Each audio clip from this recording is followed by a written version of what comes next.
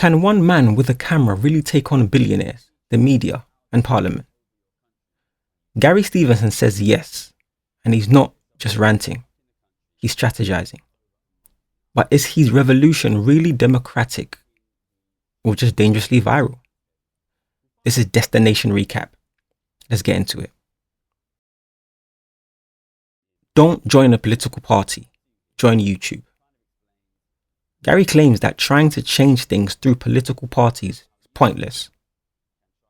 He says YouTube is more powerful than Parliament now. I think when you hear it, you might think that's ridiculous. You can't take over a country on YouTube. And to that I would answer, look at Donald Trump, look at the US, look at the US alt-right. They basically did take over their country with a largely social media-led political campaign. Donald Trump, as you'll be aware, does not have a history of being a politician. He was not historically part of the Republican Party. He was not a senator for years, like every previous president. He was basically a celebrity, and he used his celebrity power to take over the Republican Party. And especially in the most recent election, he really aggressively used social media to win the election. Here in the UK, we have Nigel Farage, who is the leader of our far-right party, and I think he will win the next election. Largely because his party and his broader political movement is far more effective on social media, on YouTube.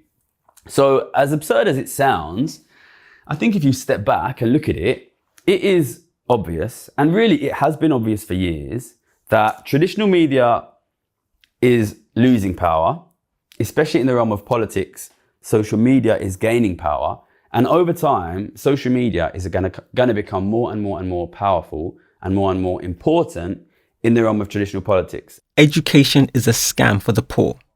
He says the wealthy know that elite schools don't lead to power, money and networks do.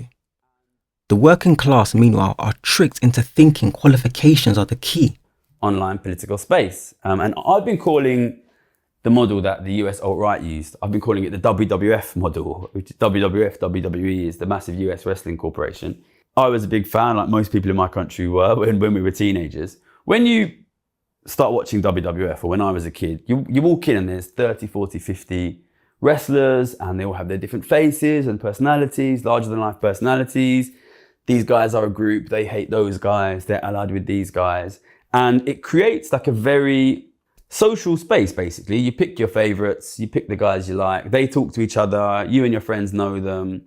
And I think that model is obviously a very successful model for politics, basically, because we live in a world where young people can't afford to go out very often, they're working really hard, life is difficult, so they want to consume their politics in a form that is very social. So this new kind of politics, which takes place on social media, and which the US alt-right has done very effectively, I think it just is a very powerful way to do politics. And I think that the group that does that successfully and does that well will basically win politics in the future. But the situation we have is there is really only one group in the world that has effectively done that, built this kind of full and social, like a cultural space in online politics, which is the US alt-right. And because they're making their stuff in English language, that is being watched all over the world, especially by young people who are comfortable watching YouTube in English. And I think this is one of the big reasons, basically, why the far right and the alt-right have done really, really well. But you need to combine this also with the other thing, which we talk about a lot on this channel, which is living standards are falling very quickly. Yeah, this is something I talk about in every video, so anyone who's watched before will know exactly what I'm talking about. Wealth inequality is increasing very quickly. Wealth is being sucked out of governments. Wealth is being sucked out of the middle class. That is really badly affecting living standards. Western welfare states are being shut down. Ordinary people can't afford to buy homes. And that is creating this very strong sense of dissatisfaction with current politicians and with the current economic setup. Economists are paid to lie. Gary flat out says that the mainstream economists are hired to keep the rich rich. I don't come from a political background, and I didn't really know where to look. But since my work was trying to reduce inequality, I kind of looked to the political left, because I think that's the space you imagine that this work could be done. I looked in the political left. You'd be surprised that there was not actually a lot of work being done in inequality there. I went back to university, I did a 2-year master's at Oxford, and eventually I decided to try and get involved in the media. And I started to get involved in the media in 2020, which was obviously when COVID started to happen. It's easy to forget now that during COVID itself, the general narrative in the news was that after COVID, we would have a really booming economy. People used to talk about the roaring 20s, which would be driven by pent-up demand. But I was convinced, because of really aggressive increases in wealth inequality during COVID, that we would have a phenomenally weak post-COVID economy. We would have a cost of living crisis, we would have an inflation crisis, we would have an inequality crisis, we would have an asset price crisis, all of which has happened, obviously. If you don't believe I made those predictions, you can go and watch the first video on this channel from June 2020. So I started making these like really negative predictions in 2020. And I was writing them in The Guardian. I wrote for a lot of newspapers in 2020.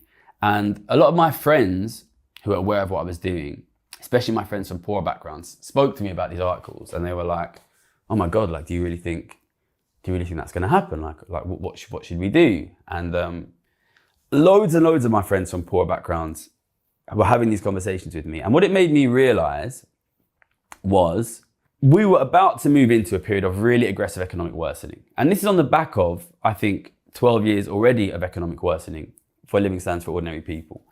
I realized that my friends really didn't have anywhere to go to get good economic analysis. Go viral, not Volta.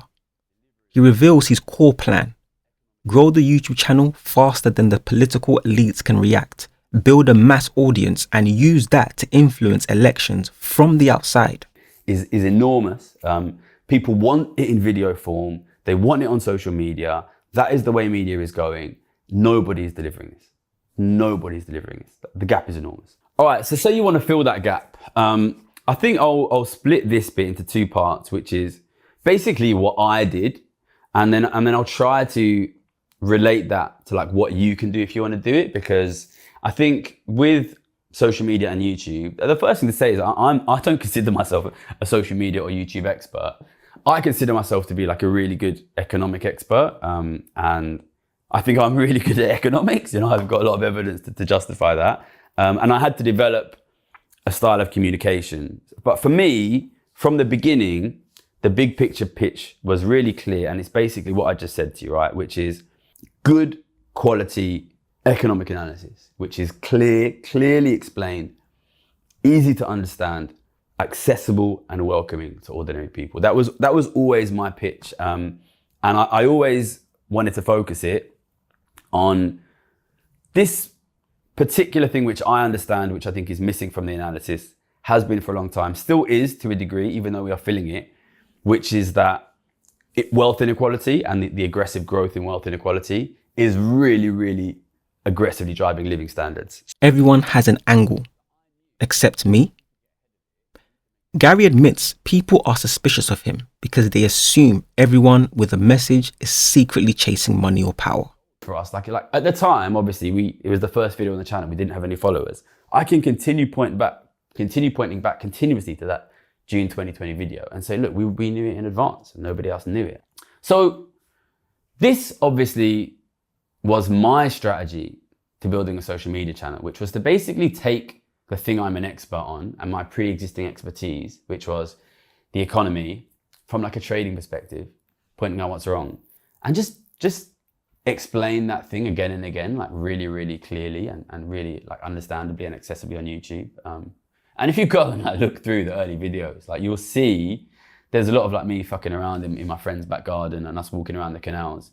And you'll see us basically like developing a style and me developing like my communication style.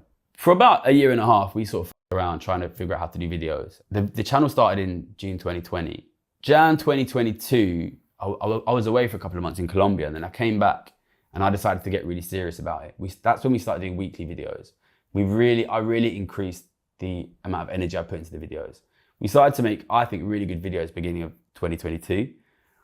My approach was always, there's no point trying to bring an audience until you've got like 20, 25 good videos, because you have one really good video, you bring an audience, there's nothing for them to watch. So I started in Jan 2022, that's when we started to make really good videos. And in the middle of that year is when I got called up by a literary agent for the first time. And then we were in a situation where we were making really good videos. I felt we were ready to bring the audience, but the audience wasn't there yet. And I basically saw the book as like an opportunity to just, finally we've got the product there on YouTube. The political potential power is massive. Really, I saw the book as an opportunity to basically get a free massive PR campaign for the YouTube. And I thought that if the YouTube is ready and I can write like a really fucking good book, I can get a really good book deal from a big publisher, they will have to give us massive publicity campaigns. It will come out at a time when the economy is collapsing and we have the potential to build just a massive YouTube channel. Is Gary Stevenson building a movement or just another brand? Are YouTubers really the future of democracy? Or is this just influencer politics in disguise? If you're tired of being manipulated by politicians and platforms, hit that like, drop your take in the comments and subscribe to Destination Recap. Because if you don't pay attention now, someone else will write the next chapter without you.